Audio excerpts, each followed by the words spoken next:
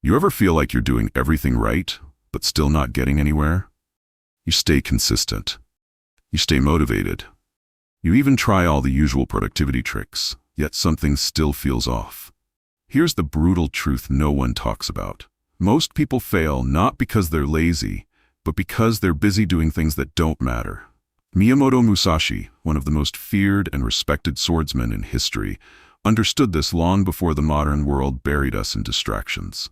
His philosophy wasn't about hype or hustle.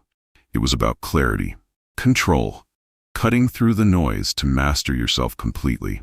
In this video, we're going deep into his most powerful, underrated principles, the ones that never make the highlight reels, but will shift how you think, act, and move through life. If you've ever felt stuck, or like something inside you is holding you back from becoming who you're meant to be, stay with me. This is the part you've been missing. Musashi said, "Do nothing that is of no use." It sounds harsh at first, almost too simple to matter. But the deeper you go, the more uncomfortable it gets, because it forces you to take a hard look at how you actually spend your time, not how you think you spend it, not the version you tell yourself when you're trying to feel better about a wasted afternoon. The truth. Every hour you spend scrolling endlessly through your phone, every fake productive task you do to avoid the real one, Musashi would have called all of it useless. He believed anything that doesn't serve your mission, your growth, your training, is a form of decay, a slow erosion of your spirit.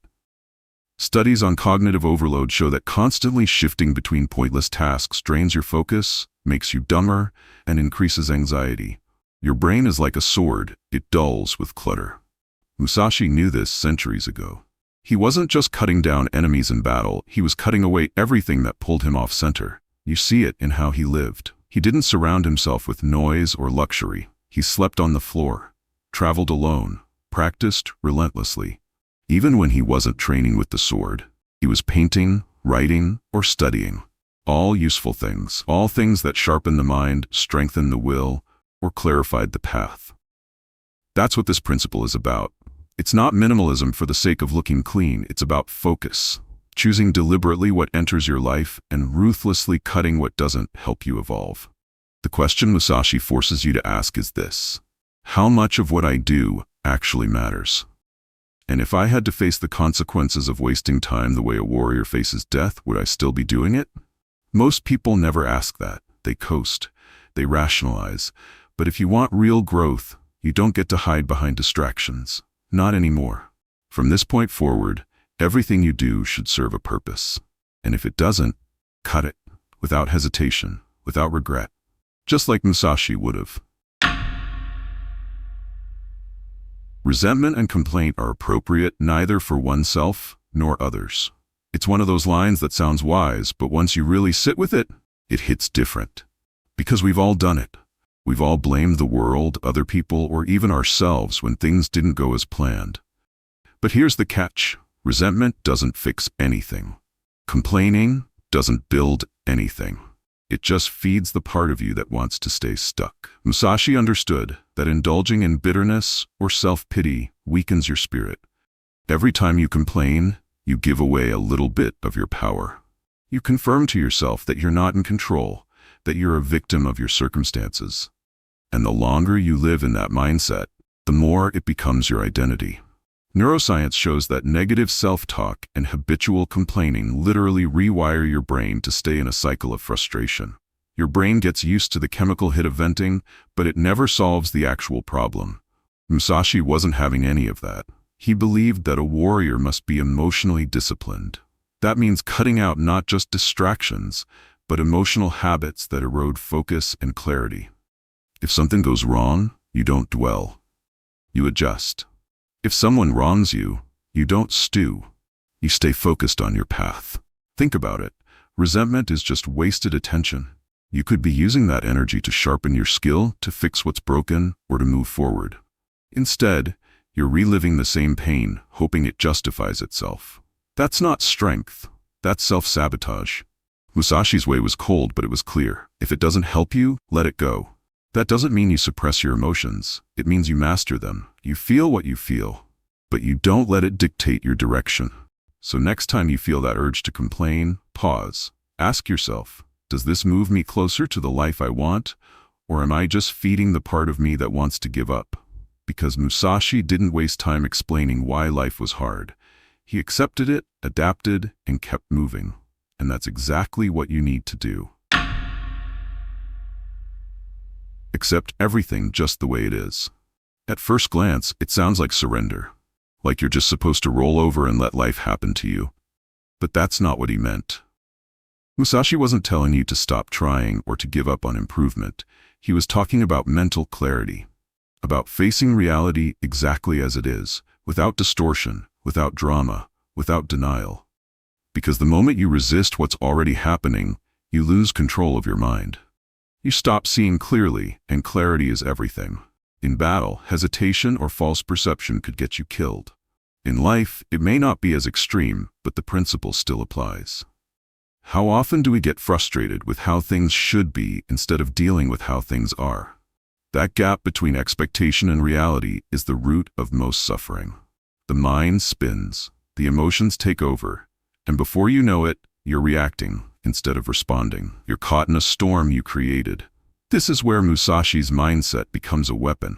Acceptance isn't weakness, it's strength. It's the ability to look at the chaos, the disappointment, the pain, and say, this is real, now what do I do about it? It's the foundation of strategic thinking. It's also something science backs heavily. Studies in cognitive behavioral therapy show that acceptance, true psychological acceptance, reduces stress, anxiety, and even chronic pain. Because when the brain stops fighting reality, it stops triggering the stress response over and over again. That creates space. Space to act, space to think, space to move forward with intention. Musashi trained his mind the same way he trained his sword hand to remain still in the face of pressure, unmoved by fear or frustration. When you accept reality, you're no longer a victim of it. You become a strategist within it. So the next time life throws something at you, failure, loss, delay, don't flinch, don't spiral, look at it plainly, accept it. Not because you like it, but because until you do, you're powerless to change it. And Musashi never gave power away, neither should you. There's more than one path to the top of the mountain. It's one of those truths that's easy to nod at, but hard to live by. Because everything around us pushes the idea that there's only one right way to do things. One right career, one right timeline, one version of success that everyone's supposed to chase.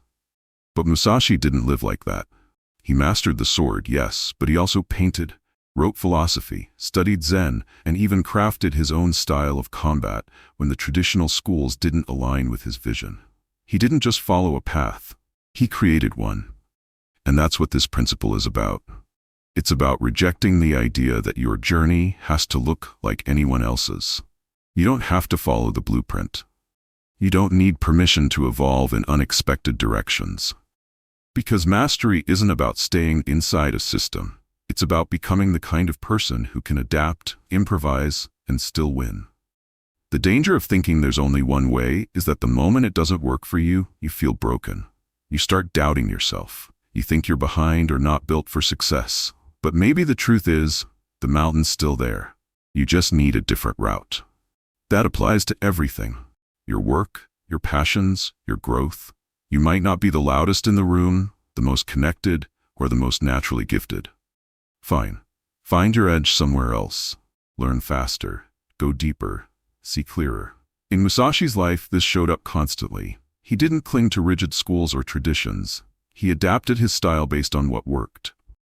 He used two swords when most only trained with one. He never locked himself into a single identity. That kind of flexibility doesn't just make you effective. It makes you dangerous, because no one can predict you. And that's what makes you hard to beat. So if you've ever felt like you don't quite fit the mold, good. That might be your greatest strength.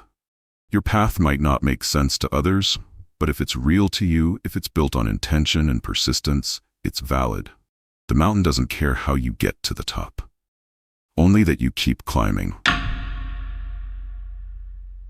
Think lightly of yourself and deeply of the world. At first, it sounds poetic, maybe even vague, but it's actually one of the sharpest mental tools Musashi ever handed down. It's about ego. about learning to get out of your own way. Most people spend so much time obsessing over how they're perceived, protecting their self-image, chasing validation. But when you carry yourself like you're the center of the universe, you stop learning, you stop observing, you stop adapting, and that makes you fragile. Because anything that challenges your view of yourself becomes a threat. But when you think lightly of yourself, you stop needing to be right all the time. You stop needing to win every argument. You become open, curious instead of defensive. That's where real growth lives. Ego isn't strength, it's noise, and the quieter it gets, the more clearly you can see what actually matters. There's even a name for this in psychology, the Dunning-Kruger effect. It's when people overestimate their abilities because they don't know enough to recognize their own ignorance. But those who keep learning, who keep humbling themselves, end up with deeper insight because they don't assume they already know it all. That's what Musashi tapped into.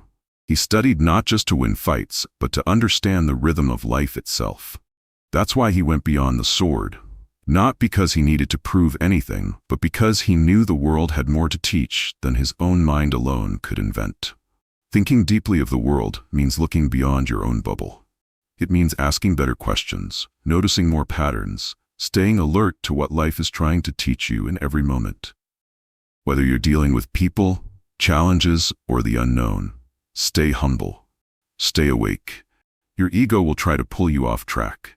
It will make you take things personally, chase praise, or avoid anything that threatens your pride. But the more lightly you carry yourself, the harder it is to knock you down. Confidence doesn't come from thinking you're important. It comes from realizing how much there still is to learn, and being willing to learn it. That's what separates a warrior from a pretender. One is rigid, the other is ready. Step by step, walk the 1,000-mile road. It's not flashy advice. It doesn't sound revolutionary, but that's the point. Most people are obsessed with shortcuts. They want results fast, change overnight, transformation without the grind. But the truth is, anything worth becoming takes time, and more importantly, it takes consistency. This principle isn't about rushing to the finish line. It's about building something real, one deliberate step at a time. Musashi understood that mastery wasn't found in single moments of intensity, but in quiet repetition. In showing up when no one's watching, in refining your craft, your mind, your habits, over and over again. Modern science actually proves this.